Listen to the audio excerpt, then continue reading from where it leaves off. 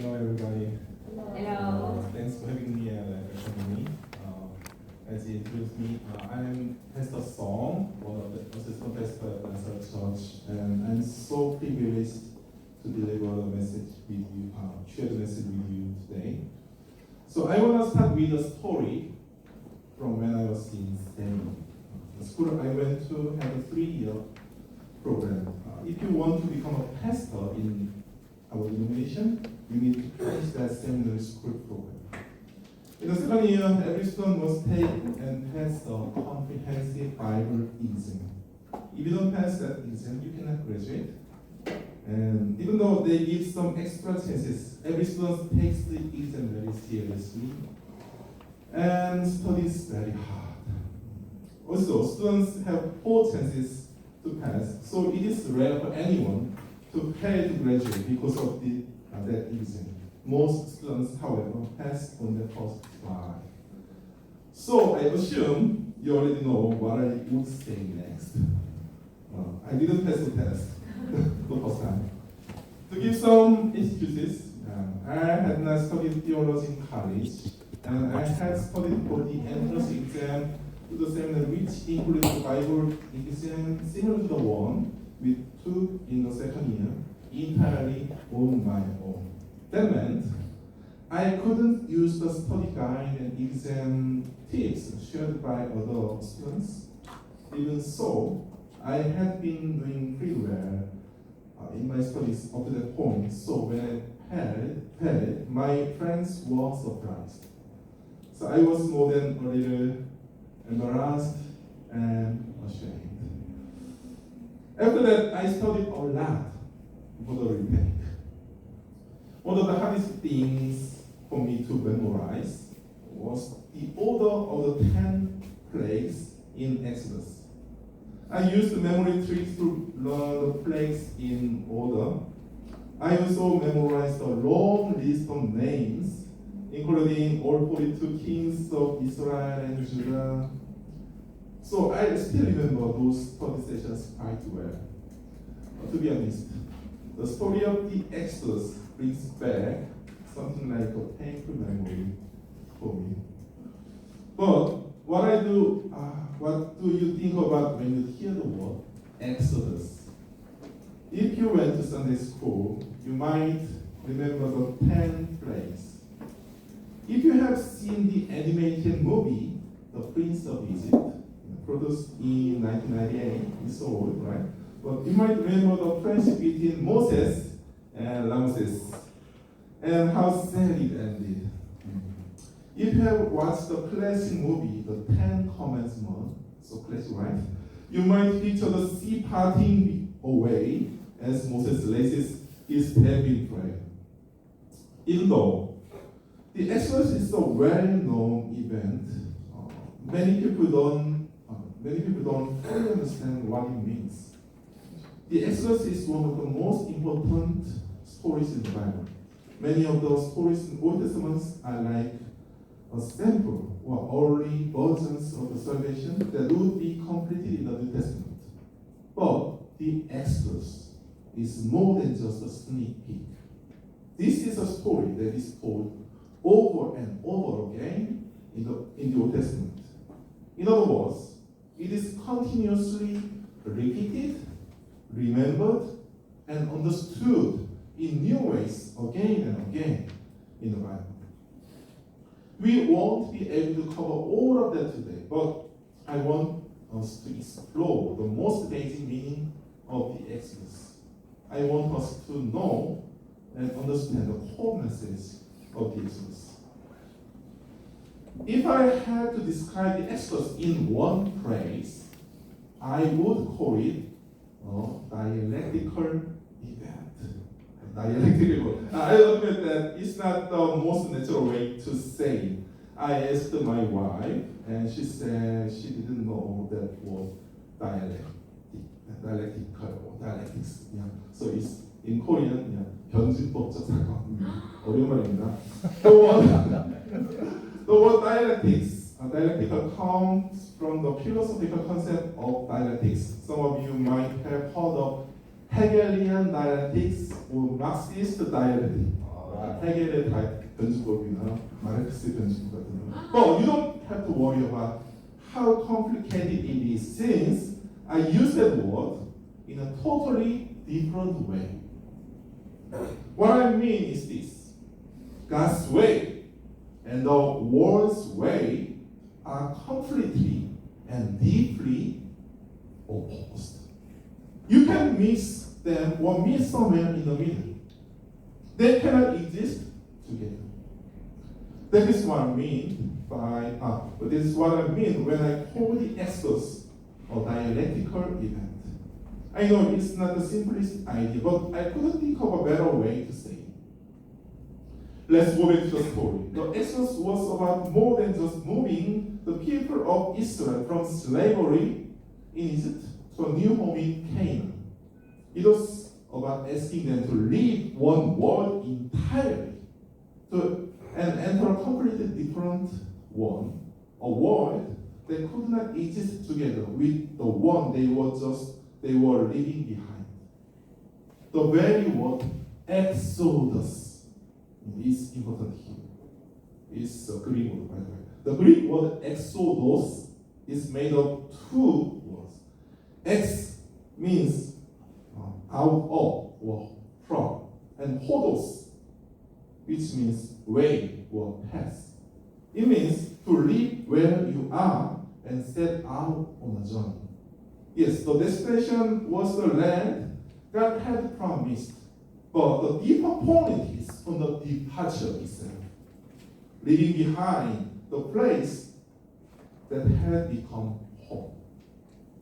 The Israelites were in a very bad situation in Egypt. Under Pharaoh's rule, they were enslaved, forced to work hard and hard, and eventually faced a plan designed to reduce their population and destroy them as a people. God heard their cries and promised to rescue them. That is the most basic meaning of the Exodus, and it is true. God does not ignore our sufferings. He sees us, He cares us, and He acts on our behalf. But His salvation is not just about solving our immediate problems, like healing our illnesses, resolving our conflicts, or removing our obstacles. In today's passage, God does say that He is going to help the people of Israel because they have suffered and asked for help. But notice what He presents as the result of the Exodus. It is not the end of hardship. It is not words. It is not success. Let's read Exodus 3:12 together. It's on the bulletin, I think. Yeah, let's read it together. Okay? He said, "But I will be with you, and this shall be the sign for you, that I have sent you. When you have brought the people out of Egypt, you shall serve God on this mountain." The last part is important. You shall serve God on this mountain. The purpose of the Exodus was this, that they would worship God. That was it. The real problem Israel faced was not just that they were Pharaoh's slaves.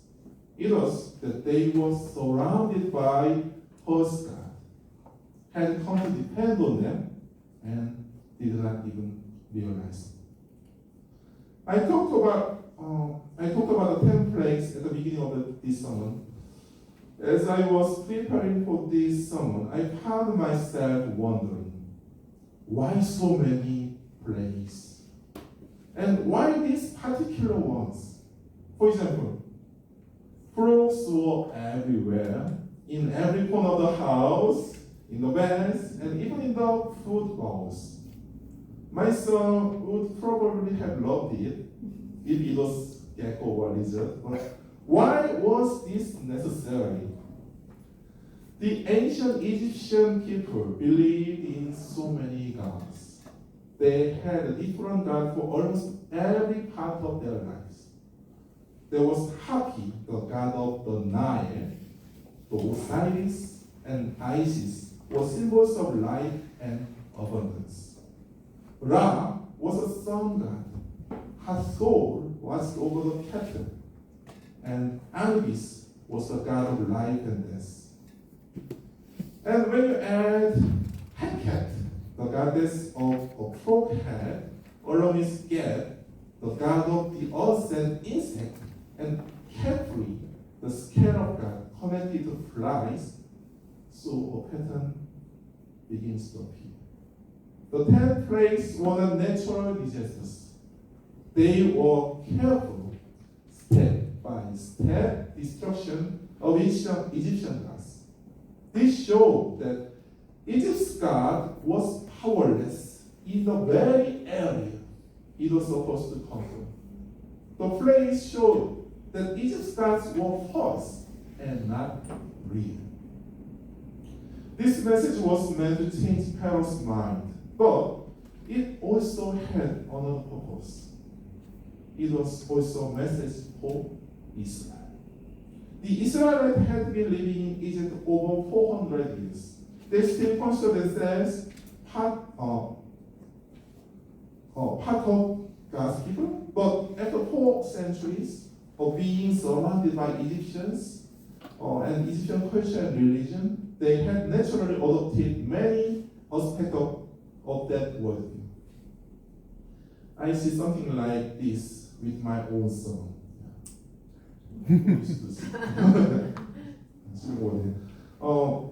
Who was born and raised in the United States. And no matter how carefully we try to shape his thinking at home, my son naturally absorbed American values and ways of thinking through his friendship, his schooling, and the culture he was surrounded by. Now imagine what it would have been like for the people of Israel to live in Egypt for 400 years. Egypt was the most advanced civilization of the ancient world at the time. The Bible doesn't explain it directly, but the story of the golden calf in the desert gives us a clear picture. The Israelites were greatly influenced by Egyptian religion and culture, more than they may have realized. The Exodus teaches us this. God is not merely a problem solver who responds to our prayers. He calls us out of the values and assumptions of the world around us and into a life centered on Him alone. You might be wondering what any of this has to do with you. None of us here worship a frog goddess. Any of you? No. Not many of us are interested in Anubis, the god of death with a dog head. When you hear the word idolatry, you might picture a Buddhist statue or a wooden totem pole. Even those who practice Buddhist, in most cases, do not literally believe the statue itself is a god. But here is the question I want to ask you. Are there any things in our world? Are there things in our world today, things that look nothing like the God of Egypt, that are still making the same kinds of promise? Promising us things that only God can truly give. Modern idols promise us success, stability, and peace of mind. They promise recognition, security, and control over our lives. They even promise to tell us who we are. Yes, they give us even our own identity. As you hear this, different things may come to your mind. You may think of social media platforms like Instagram or Facebook. You might think of political figures or parties. You may think of celebrities. You may even think of the comfort of food delivery on a hard day. Others might think of a more familiar idols such as money, social status, academic degrees, or professional connections. You know your own life harder than I do, so I will not go on listing them. But I want to name one idol that is bigger than all this. And it is not something outside of us. It is ourselves. It is the idea that we can take care of our own lives, that we can make our own future safe, and that our own effort and willpower are ultimately enough. In the book of Exodus, the main character who stands against God is Pharaoh. He tells his magicians to copy the plagues. In Egypt, he was seen not just as a king, but was the son of God, a divine figure in his own right. His word was absolute, literally. He had the power to decide who to live and who to die. He took a place that belongs to God alone. In Exodus 5, he says like this: but Pharaoh said, "Who is the Lord, that I should obey his voice and let Israel go? I do not know the Lord, and moreover, I will not let Israel go." In other words, why should I answer to anyone? I answer to no one. Pharaoh placed himself at the center of everything, the highest authority over his own world. But here's the truth: we can't make ourselves truly happy.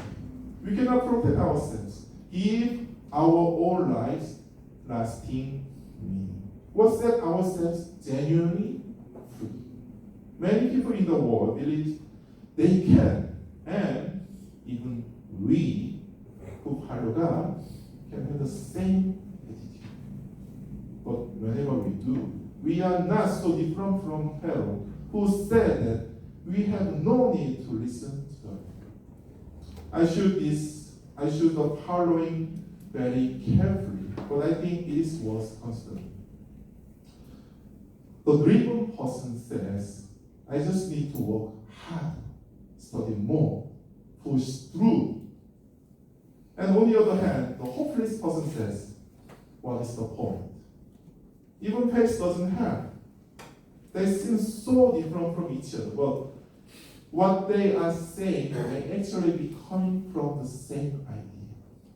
Both of them have made themselves the center of the world instead of God. Both of these things are forms of idolatry. I said earlier that the message of Exodus says two words in sharp contrast. So the contrast is most obvious in the last plague. I will not go into great detail about the 10th plague because that would distract us from the main point today. But here's the important part: to be spared or to be saved from death of the firstborn. Each Israelite family was to kill a lamb and put its blood on the doorpost of their home. The life of the lamb was sacrificed to save the children. This is where the contrast between God's way and the world's way is very clear. Idols say, give me something, and maybe I will say, God says, I will provide the sacrifice, so you will live. Idols require payment first, but God gives before we can offer anything. To remember this moment, the highest point of the Exodus story, Israel was given the festival of Passover. The Hebrew word for it, Passover, Pesach, means passed over. The English word Passover has the same meaning, but it means more than just simply that the plagues passed over their homes. This means that the burden of the sacrifice, the debt they owed, passed over them as well. It was transferred to another. The New Testament completes this meaning. Jesus went to the cross as a Passover lamb, carrying the full weight of our sins and dying in our place. We didn't earn this. We didn't walk our way through it. God prepared a sacrifice from beginning to end. Salvation is something God has done for us. Then, what does this salvation mean for us? It is more than just avoiding God's judgment and receiving eternal life instead of death. It is freedom from the exhausting and pointless effort of trying to prove our own worth and justify our own existence. It is freedom from the worrying of needing others' approval in order to feel that we matter. It is release from the pressure that says we must achieve something important before we can call ourselves enough.